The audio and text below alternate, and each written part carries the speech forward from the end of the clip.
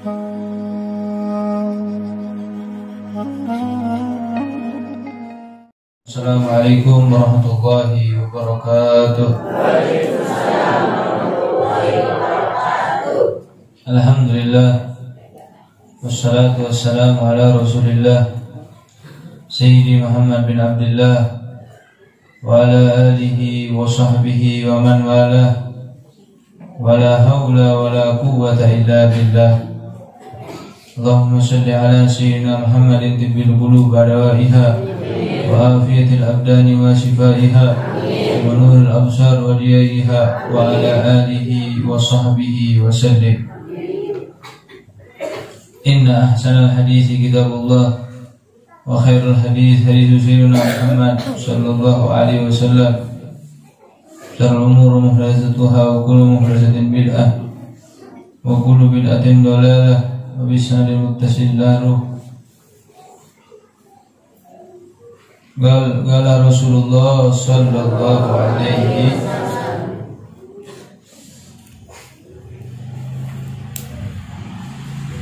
ayu abdin zara akha lahu fillah nudiya antibda. Siapapun seorang hamba zara ai silaturahmi, berkunjung, mengunjungi, bersilaturahmi, bahasa Sundana nyapa, akhon kepada saudaranya, lahu saudara si hamba, fillah karena Allah subhanahu wa ta'ala. Nudia maka dipanggil orang hamba yang berziarah, bukan ziarah meninggal ya, maksudnya silaturahmi karena Allah ya. Tibda alangkah baiknya kamu.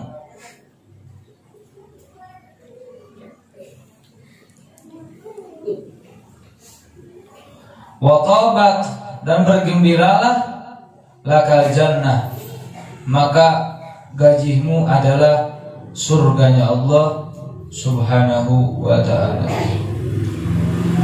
Jadi kayak model sodakoh saja pahalanya double itu kepada saudara.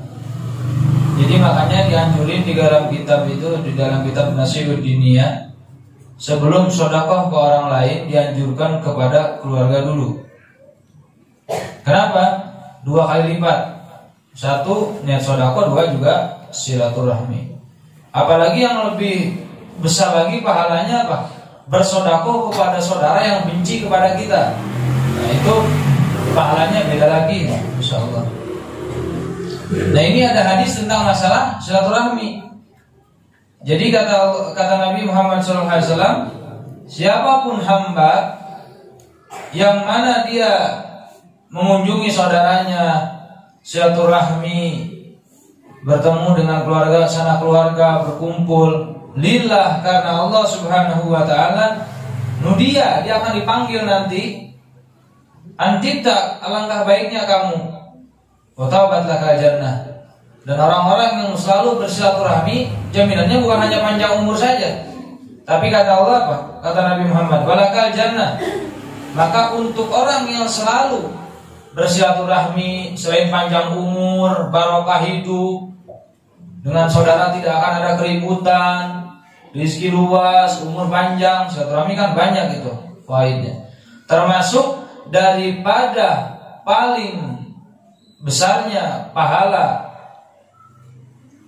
bersilaturahmi kepada saudara kita adalah Allah akan berikan jannatu, surganya untuk seorang yang selalu bersilaturahmi kepada saudaranya lillah wa fillah karena Allah subhanahu wa ta'ala.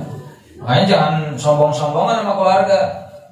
Silaturahmi, masak makanan ini anterin, siling silaturahmi, menyambung sil man qata'aka. Kata Nabi Muhammad SAW di hadis yang lain, sambunglah silaturahmi kepada orang yang memutuskan kamu, itu pahalanya besar. Setelah itu Allah tidak berhenti sampai di situ. Allah tidak hanya menjamin surga untuk orang yang senang bersilaturahmi kepada saudaranya, tapi kata Allah, wa yaqulullahu azza wa jalla, kemudian Allah Subhanahu wa taala berfirman, abdi zaroni, katanya, barusan hambaku mengunjungiku. Jadi dalam arti lain, siapa orang yang menziarahi saudaranya, maka dia seakan-akan berziarah kepada Allah Subhanahu. Awas, jangan dikaya-kaya ya Allah. Ya, maksudnya berziarah ya nanti dapat rahmatnya. Bukan kita nanti bisa lihat Allah, guys. Musyrik lagi itu nanti bahaya. Bisa murtad kita. Jangan ya. Kita gitu.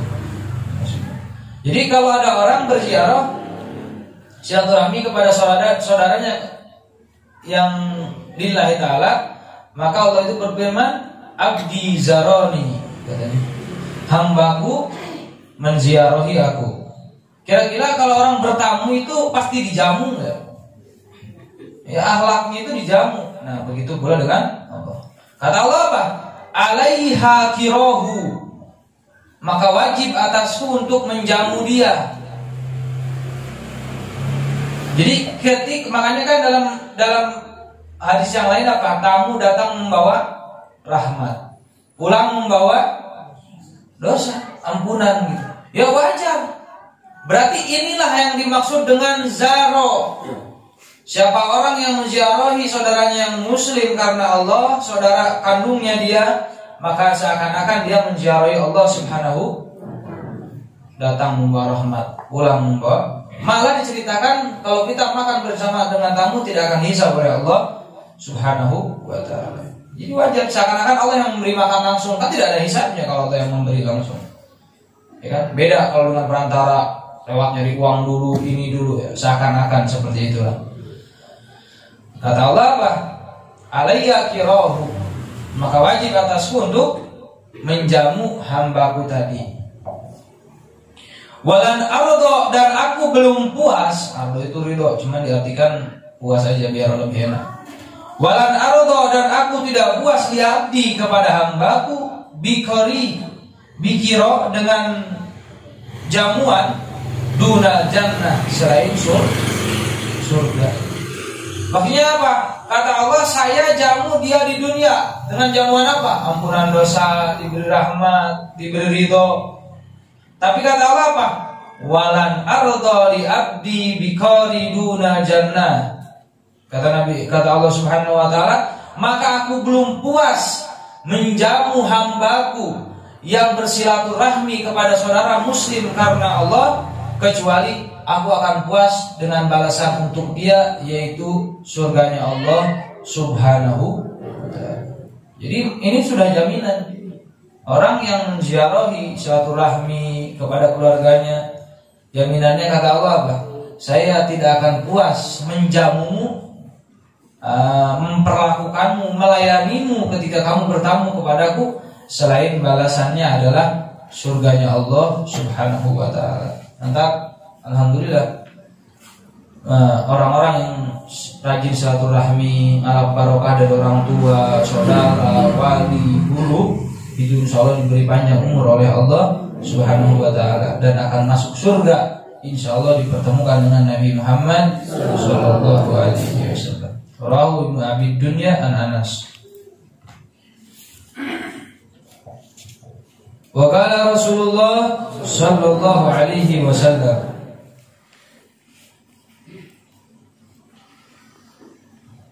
ayyuma rajulin, setiap laki-laki atahullahu, yang Allah memberikan si rajul tadi apa? Al-ilman, ilmu, fakatamahu, akan tetapi dia menyembunyikannya. Ada orang nanya nggak dijawab, pokoknya dia menyembunyikan ilmunya, tidak mau menyebarkan ilmu. Sebaik-baik ibadah kan unsur ilmu. Makanya kata Habib Al-Imam Al-Musnid Habib Abdul Qadir Rahman Al-Faqih, beliau mengatakan apa? Saya lupa ini kata-kata Habib Abdul Qadir apa kata-kata Habib Abdul Faqih. Rasul seperti ini. Unsuril ilma fi ayyi makanin kunta. Sebarkanlah dimanapun Islam dan ilmu, dengan Islam dan ilmu kayak gimana gitu ya. Dimanapun kamu berada. Jadi dimanapun kamu sebarin itu ilmu. Jangan ditaruh aja, takut habis ilmunya tuh. Jangan. Nah, orang-orang yang menyembunyikan ilmunya diam, aja punya ilmu malah diam. Orang nanya nggak dijawab. Orang-orang kampung pada bodoh nggak diajarin, ya kan? Dia bakal diberi apa? Al-jamahullahu yaumal qiyamah, maka Allah akan mengkekang si orang alim yang tidak mau menyebarkan ilmunya yaumal qiyamati, pada hari kiamat, bilijamin, dengan kekangan, minan nari, daripada apinya nerakanya Allah Subhanahu wa ta'ala. Makanya wa amal walau bi usri, beramallah walaupun dengan 1/10. Ya, maksudnya menyembunyikan itu dalam artian lain tidak mengamalkan, tidak menyebarkan, tidak membagikan. Ada orang nanya tidak diberitahu. Nah, orang-orang seperti ini yang menghilangkan ataupun menyembunyikan ilmunya, beda ya. Ada yang menyembunyikan, ada tawadu, beda lagi. Tawadu itu bukan harus disembunyikan, beda lagi. Maka dia akan dikekang, bilijamin, dengan kekangan minan. Nah, alhamdulillah min dzalik. Intabiu untuk ahli ilmu. Nah, orang yang punya ilmu, ketika dia tidak bisa mengamalkan ilmunya, dia tidak menyebarkan ilmunya, maka dia akan dililit lehernya gitu, badannya dililit oleh kekangan yang terbuat daripada api nerakanya Allah. Bayangkan ya, kalau seandainya satu tetes saja api neraka itu ya, diturunkan ke langit, diturunkan ke bumi, maka bumi itu akan leleh. Jangan kan gitu, asapnya itu, embun panasnya tuh.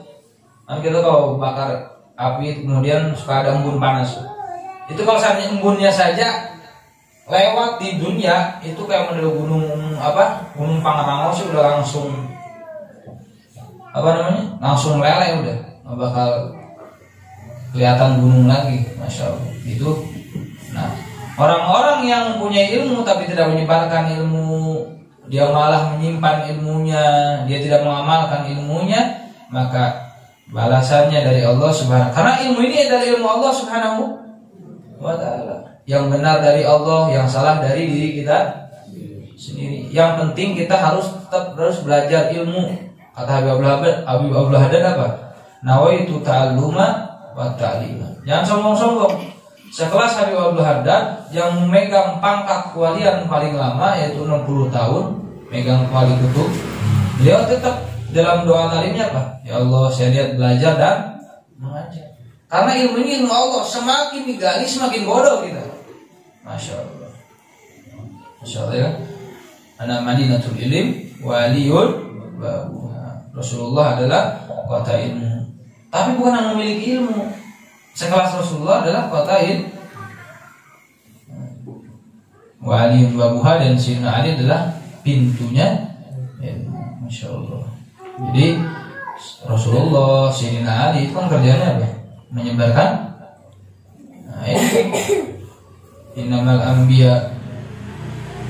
rasul wal anbiya lam yuwarisu dinaran wala dirham, walakin warasu al-ilma. Akan tapi mereka adalah apa? Mewariskan ilmu. Berarti ilmu itu dari Allah, dan ketika kita meninggal ilmu itu akan dicabut lagi oleh Allah Subhanahu wa ta'ala. Maka ketika kita diberi amanah oleh Allah mempunyai ilmu, kemudian tidak menyebarkan, kemudian tidak membagikan, kemudian tidak mengamalkan, maka ancamannya dari Allah Subhanahu wa ta'ala akan dikekang pada hari kiamat dengan kekangan daripada api nerakanya Allah Subhanahu wa ta'ala. Rawahu Tabrani, wallahu a'lam bishawab.